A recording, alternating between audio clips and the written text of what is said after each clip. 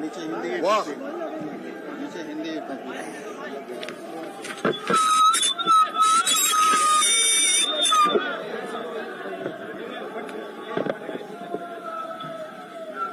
लगता है कि आज पूरा देश से यहाँ मीडिया आ चुका है। हाँ? चलिए, बहुत बहुत आप लोगों का स्वागत है। जैसे कि आप सबको मालूम है कि आज सुनाई नहीं दे रहा है, मुझे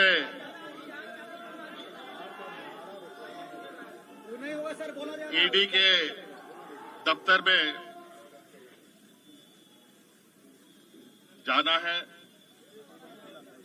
जैसे कि मुझे सम्मन दिया गया है और उस संदर्भ में जो राज्य में इल्लीगल माइनिंग की जांच ईडी कर रही है, उस संदर्भ में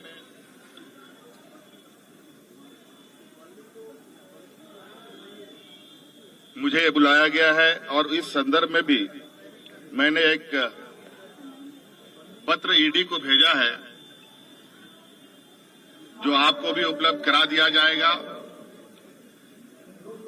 कि किस तरीके से 1000 करोड़ का घोटाला के बारे में जो जिक्र आया है साहिबगंज जिले से, बड़ा दुर्भाग्यपूर्ण है कि सालाना भी अगर हम देखें पूरे राज्य में स्टोन चिप से 1000 रुपए की आमदनी भी नहीं होती। इसका आधार कैसे बना, कैसे नहीं बना, ये समझ से परे है। और 1000 करोड़ रुपए का घोटाला करने के लिए कितने करोड़ों का खनन होगा, उनका ट्रांसपोर्टेशन कैसे होगा, और जो विगत 2 साल को अगर हम देखें, जब से एजेंसी जांच कर रही है, जो आरोप लगे हैं वो कहीं से संभव प्रतीत नहीं होता है। मुझे लगता है कहीं ना कहीं एजेंसियों को पूरी विस्तृत जांच पड़ताल करने के उपरांत ही किसी ठोस निर्णय पे या एक ठोस आरोप लगाना चाहिए। आज मैं राज्य का मुख्यमंत्री हूं, एक संवैधानिक पद पर हूं, और जिस तरीके से सम्मन की कार्रवाई चल रही है, लगता है कि हम लोग देश छोड़ के भागने वाले लोग।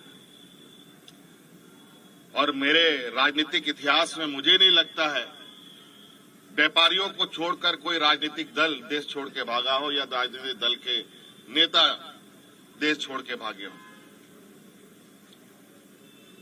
और आज कहीं ना कहीं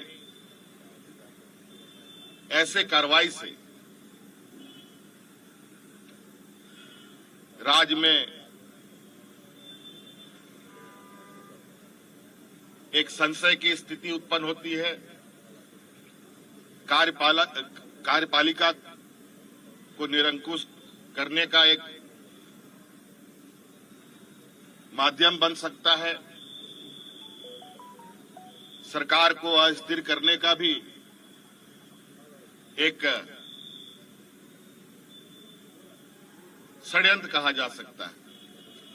कहा जाए कि जो हमारे विपक्ष हैं, जो सरकार बनने के बाद से ही सरकार गिराने के षड्यंत्र लगे हुए थे, और यह षड्यंत्र की पनडुब्बी जो पानी में डूब डूब करके काम कर रहा था, ऊपर आने की ताकत नहीं रख रहा था, आज उस पनडुब्बी को धीरे धीरे बाहर लाने का प्रयास किया जा रहा है। आपने देखा चुनाव आयोग महीनों पहले राज्यपाल महोदय को अपना मंतव्य दे चुका है, लेकिन राज्यपाल महोदय अभी तक उस लिफाफा को उन्होंने नहीं खोला। मुझे लगता है कि वो भी किसी समय का इंतजार कर रहे थे। और आपने सुना है, पूरे देश के खबरों में चला, महामहिम ने दूसरा मंतव्य चुनाव आयोग से मांगा है, जो बिल्कुल ही असंवैधानिक था।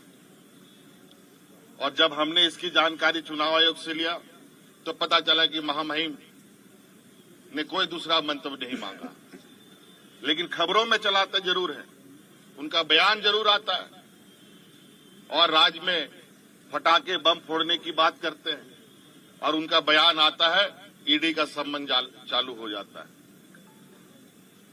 और उसके बाद धड़ाधड़ सत्ता पक्ष के विधायकों पर छापामारी होती है, कभी इनकम टैक्स का, कभी ईडी का। बड़ा दुर्भाग्य है।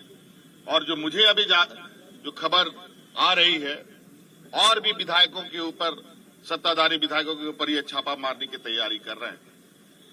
ये कहीं ना कहीं राज्यपाल भी राजनीतिक से जो संवैधानिक पद है, जिसको हम कहते हैं कि ये पार्टी से संबंध नहीं रखता है, निष्पक्ष का विचार आता है, लेकिन मुझे नहीं लगता है ऐसे कार्यकलाप से कि वो ऐसे षड्यंत्रकारी राजनीतिक को और दलों को संरक्षण दे रहे हैं। तो इसलिए मैं अपनी बातें, जो मोटा मोटी जो आरोप एजेंसियों के तरफ से है, उसकी प्रति आपको उपलब्ध कराया जा रहा है कि किस तरीके से जो आरोप है वो आरोप निराधार होता है।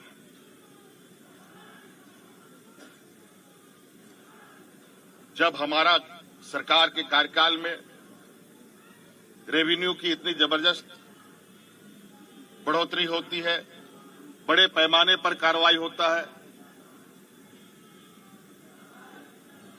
और जब हमारे विपक्षियों की पूर्व की सरकार थी, उस समय के आरोपों को देखें, रेवेन्यू में भी नुकसान, कार्रवाई में भी धीमी गति। जब राज्य के संसाधन को हम बढ़ा रहे हैं, राज्य के समग्र विकास की एक लंबी लकीर खींची जा रही है, आज ऐसे में कहीं न कहीं सरकार की जो छवि है और सरकार के ऊपर जो विश्वास राज्य के जनमानस पर बढ़ा है, विपक्षियों को बिल्कुल अब ये स्पष्ट हो चुका है कि वो अब राजनीतिक हाशिए पर जा चुके हैं। तो आज मुझे लगता है इस देश का लोकतंत्र का सम्मान होना चाहिए और लोकतंत्र के अंदर जो कार्य करने वाले लोग हैं उसको भी निष्पक्ष तरीके से अपना काम करना चाहिए। और मैं बिल्कुल आश्वस्त और विश्वास के साथ कह सकता हूं, और आज मैं जा रहा हूं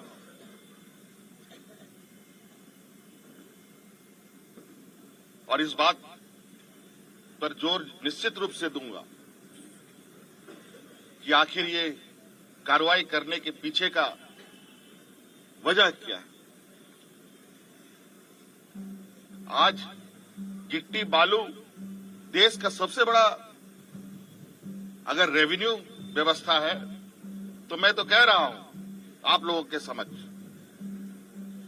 कि गिट्टी बालू जो पत्थर चिप्स है, बालू है, इसको मेजर मिनरल में भारत सरकार शामिल कर ले और जो कोयला लोहा है वो राज्य सरकार के माइनर मिनरल में शामिल कर दे। मैं आश्चर्यचकित हूं कि इतने बड़े आरोप इतने हल्के में कैसे मुख्यमंत्री के ऊपर लगाया जा सकता है। धन्यवाद। जोहार।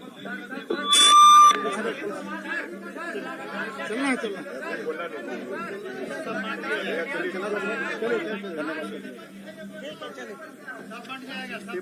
पेपर आपको मिल जाएगा। और हमने ईडी दफ्तर भी उस पत्र को भेजा है और साथ में भी लेके जा रहा हूं, हाथ भी दे